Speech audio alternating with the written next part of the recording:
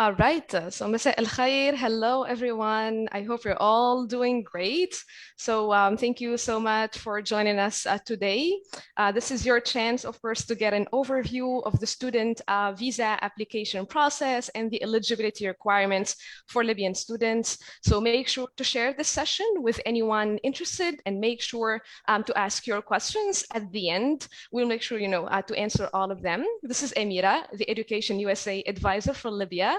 And I'm very delighted to have with us today Ms. Julie Sherbill, the Consular Officer at the U.S. Embassy.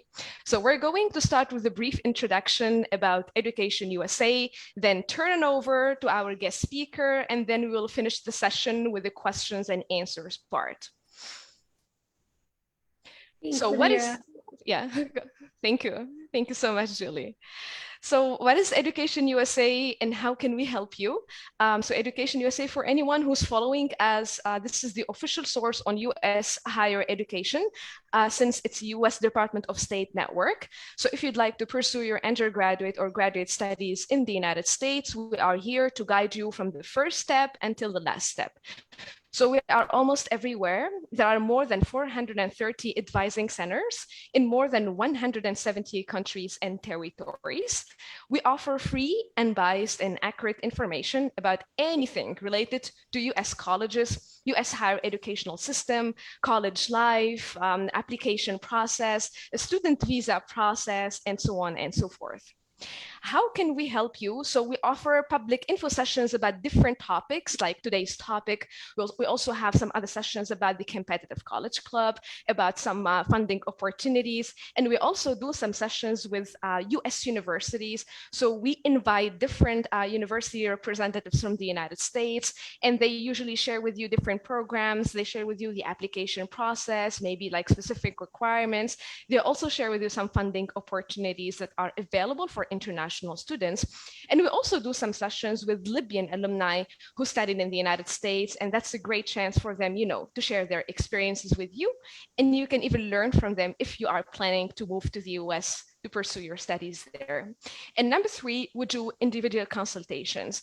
So if you are a student, if you are a parent, if you are a teacher, and you'd like to get more details about how to apply, to US universities, make sure to reach out to me. This is my WhatsApp number, and this is my email address, and I'll be more than happy to help you and to guide you through the whole process. Also, make sure to follow Education USA Libya. So just type Education USA Libya on Instagram, on Facebook, Twitter, and YouTube. We are very active on social media, and you can, check our previous sessions or any upcoming events that we have. And last but not least, this is the official website of Education USA. So if you'd like to get more details about the 5 steps to study in the US, or if you want to find your advising center, if you are following us from a different country, and even if you want to explore the financial aid opportunities for international students, make sure to go to this website. So now it's time to turn it over to Julie, and she will walk you through how to apply to the US visa for student, of course, and then we will answer any questions you have. So yeah, thank you so much, and let's get started. Awesome. Thank you, Amira. So I'm just going to go ahead and share my screen. Wait, I think I'm having some technical issues here. Let's see. Here we go. Share. Okay. So,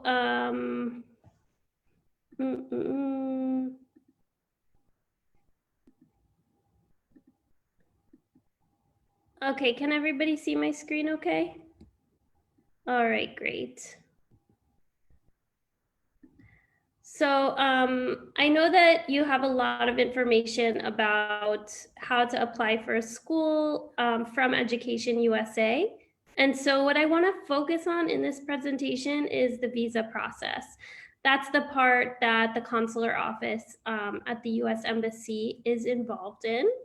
So I'm going to take you through the types of student visas, the forms and fees, the steps for acquiring the visa, and of course, what everybody is very curious about, the visa interview.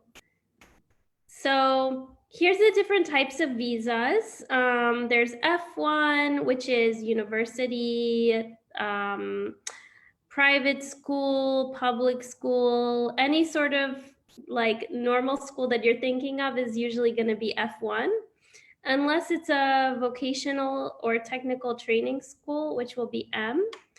If you're doing a short-term English program or a short course, something like that, then you might be able to just apply for the B2 visa. Exchange programs are J1. And then any types of dependents. So for example, if you're going to study and you want to bring your children or your spouse with you, then they would apply for example, if you're the F1, they would apply for the F2. So this is basically a repeat of what I just said. And I'm gonna try to get through this because I know people have a lot of questions. So I wanna make sure we have time to answer those.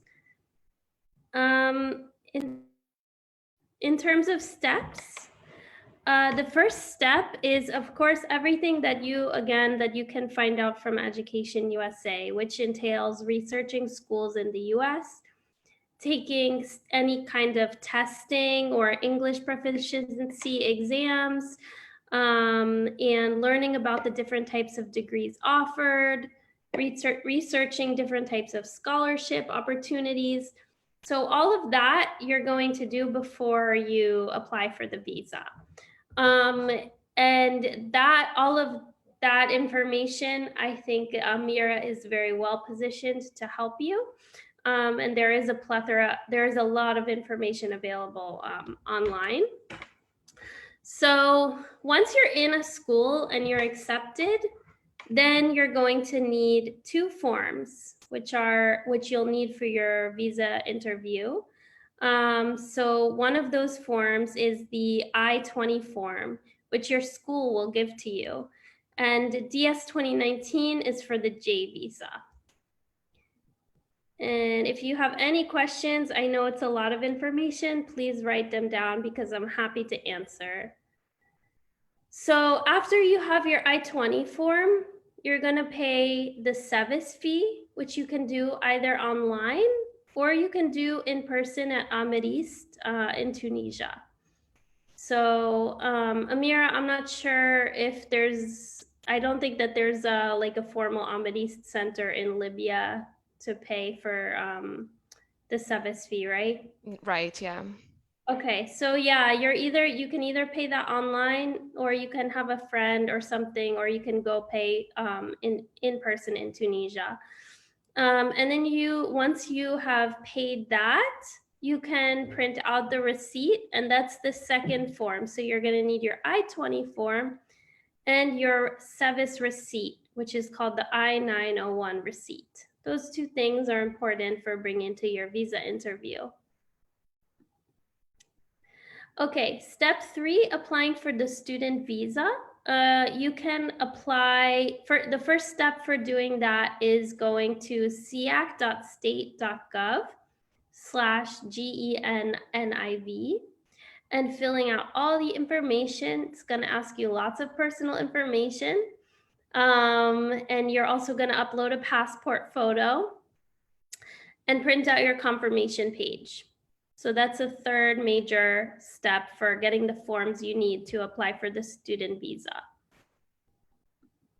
All right, now it's time to schedule your visa interview. So you do that through ustraveldocs.com. And again, all of these steps are on our website, so you will be able to check them out and remember them. There's no need to memorize this presentation.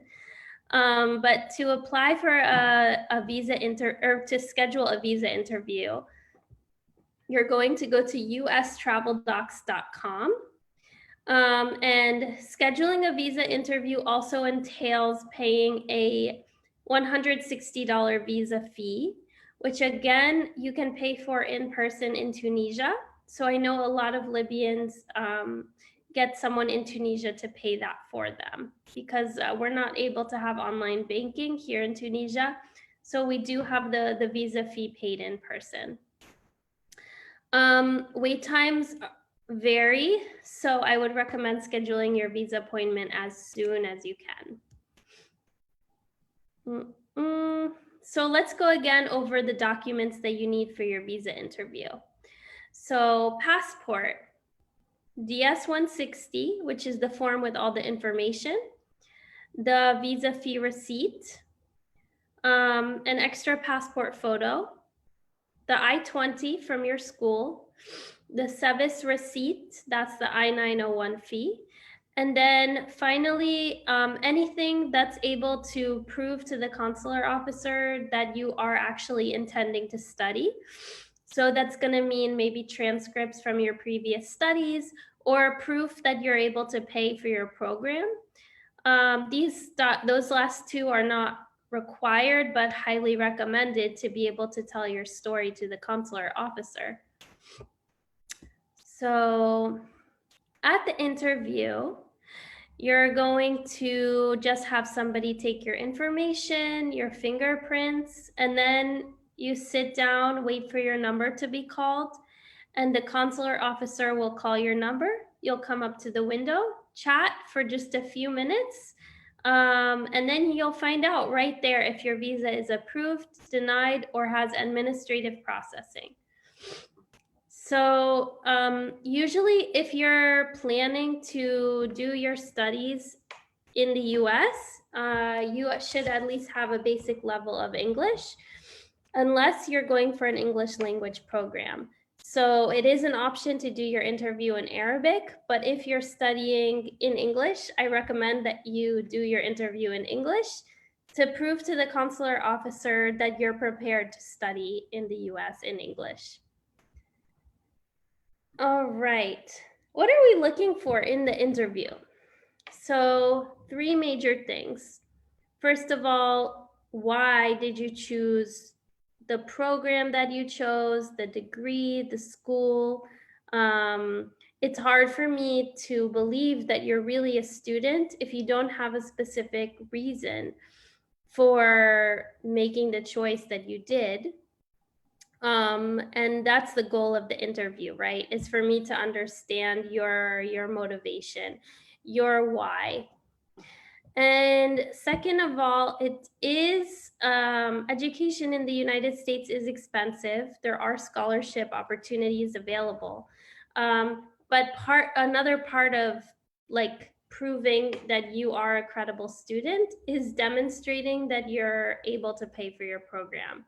So whether it be a letter from your scholarship program or whether it be a bank statement, a statement from your financial sponsor, anything that can help sort of reassure the consular officer that you will be able to complete the program as intended is only helpful for your visa interview.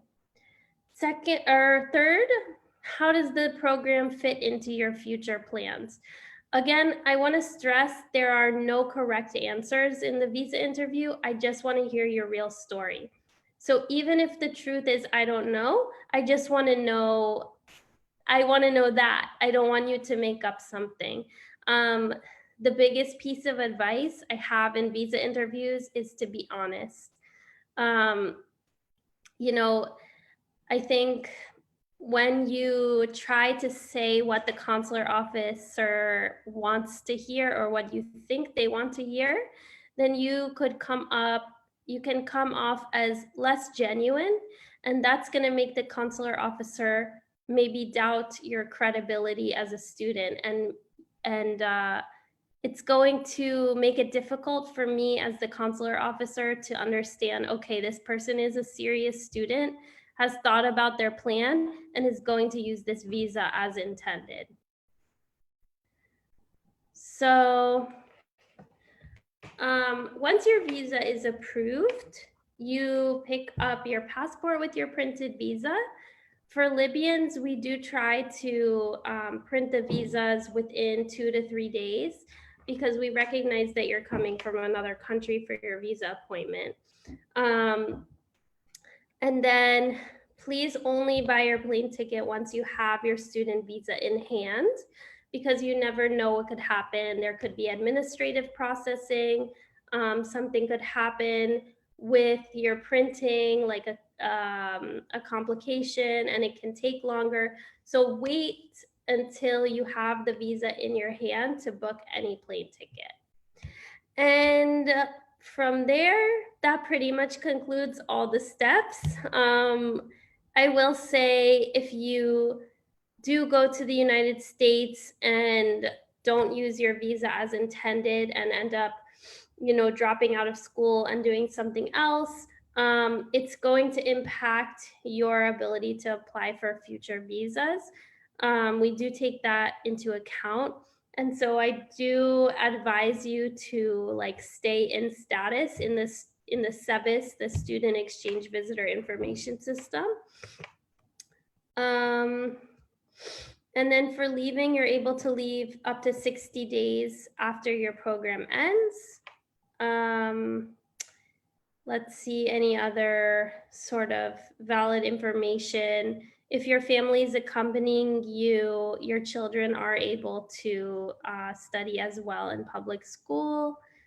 And your visa validity will be the same amount as your program date. And usually it's not multiple entries. So if you do leave the United States, you'll just have to apply for a new visa, but it's usually pretty quick. And there's also optional practical training, OPT, which is an ability to work for a year after your program. And that concludes the formal part of my presentation. I'm sure there are many questions, as always, and I'm very happy to answer them. And really, I hope that you leave today feeling like the visa process is transparent. I know that there can be a lot of misconceptions, a lot of information floating around. Really, the point of the visa interview is just to make sure that you're going to do your program as intended. So if you tell me that if you've gotten into a university with a lot of admission requirements, then I'm probably gonna guess that you are a credible student because you had to do a lot to get into that university. If you know, are going to a university that has a 100% acceptance rate and that all you had to do was email them, me as the consular officer, I have to do more work, more digging to make sure that you are really going to go to that school and use the visa as intended. And that's the only point of the visa interview. So I'm here to clear up any misconceptions, and I'm really happy that you all are interested in studying in the United States. I also studied in a different country, and it was a great experience. And I really wish the same for you. So thank you. Thank you for the opportunity, Amira. Thank you so much. Thank you so much, Julie, for joining us today. I'm pretty sure this session was very beneficial.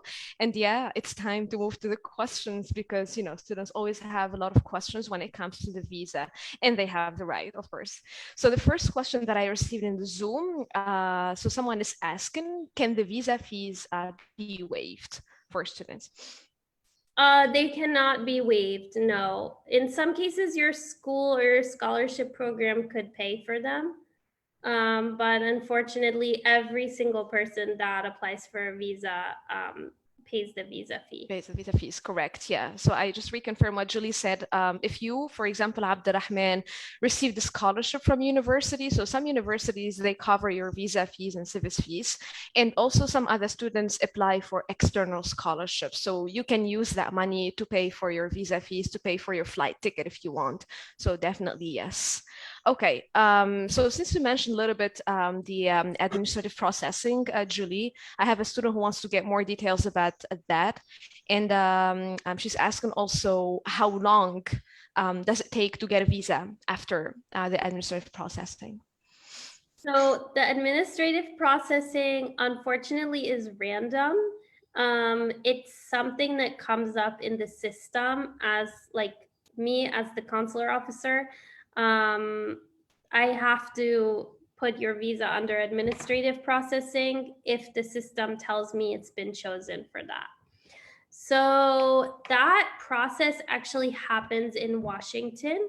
So we don't have complete control over it, but we do keep your school start date in mind. And when it's approaching and the administrative processing still hasn't come back, we actually remind Washington, hey, this person is going to study in 2 weeks. Can you please, keep that in mind? And so, although we can't guarantee that you are in the US, to start your studies on time, what I can say is like we try our best, and ultimately we want people to be in school at their start dates. There's no fixed amount of time that the administrative processing can take. It can take from 2 months up to, it can take from 2 weeks up to months. So I know it's really frustrating from your end of things, and it's part of like what part of the checks that happen in DC and not in Tunisia.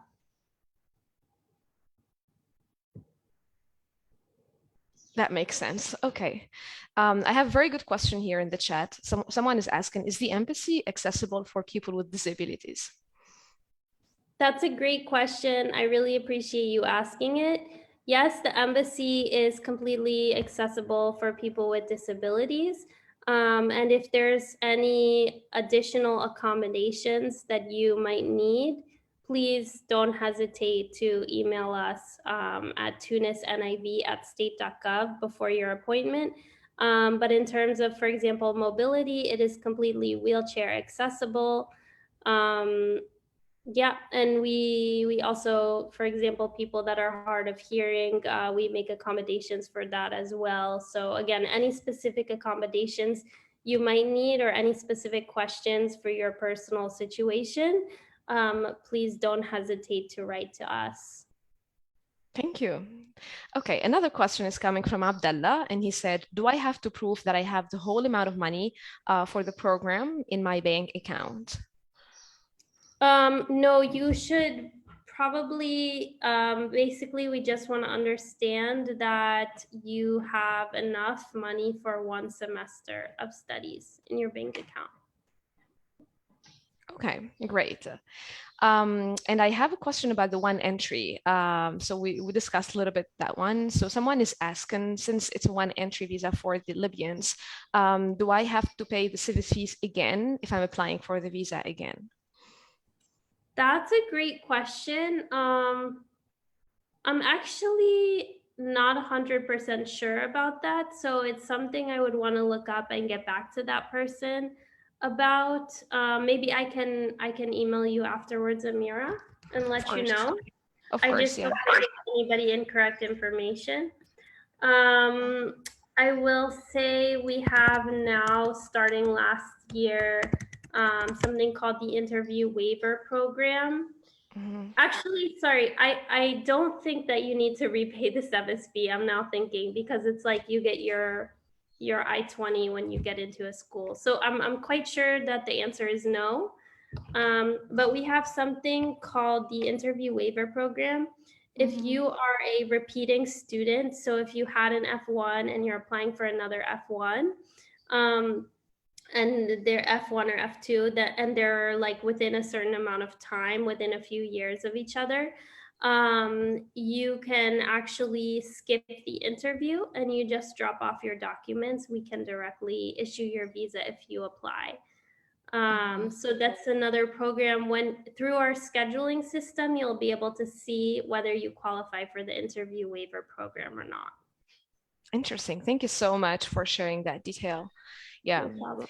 And I have a question about the English language proficiency. So someone is asking, do we need to provide English language proficiency test score during the interview or not? You don't need to, but it's certainly helpful for demonstrating to the consular officer that you have like put a lot of time and effort into studying English. I will say, if you can speak easily in the interview in English, usually we won't even need to see your English proficiency scores. because just the interview will be enough to demonstrate that you've put effort into your English studies. Perfect. And we have a student who's asking about the interview with a partner. So if someone is traveling with a partner, do they have the same interview? Is it going to be separate at the same period or not? The same interview, but you should make Okay. sure that you that everybody in your that everyone in your family has a separate DS-160 and a separate appointment scheduled. So you can't just schedule one appointment. For example, if you're two people, you need two appointment slots and you need two DS-160s. But at the appointment, you'll come up together for your interview. Great. I have another student who's asking, so if I, get accepted by U.S. University and then I want to apply for the visa and then for the interview, of course, what if I don't find any available dates? What do you recommend in this situation? So it's a great question and one that we get a lot. There's a really high demand for visa interviews right now. So pretty much the second that we open up new interviews, they're filled. So we actually open up interviews periodically every week. So if you can't find an interview appointment, I recommend that you actually check the site every day until you can find an appointment slot.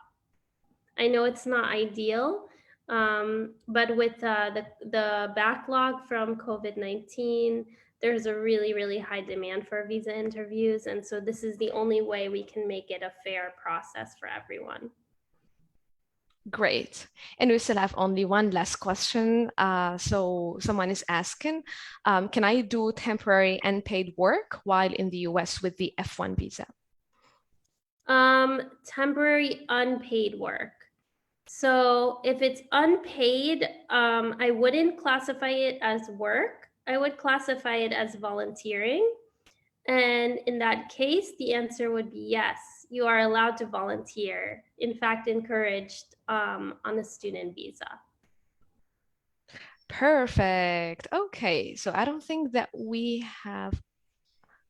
Okay, I think that we have another question. Let me just double check. I think there's some in the Zoom chat.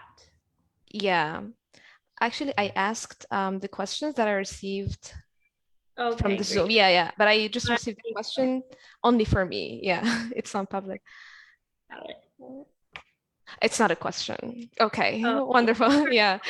Okay, so Julie, I really thank you so much for your instructive information. I'm sure this was a very beneficial session for the Libyan students. So thank you again for joining us today, and we hope to have you again in the future as well. And for anyone watching, I would like to thank you too for coming and for asking those burning questions. So if you have any questions related to studying in the US or funding at the best fit or looking for scholarships, make sure to reach out to me and I'll be more than happy to help you through that. And enjoy the rest of your day. Thank you, Amira. Thank you, everyone, and have a great rest of the day as well. Thank you. Thank Bye-bye. you. Bye.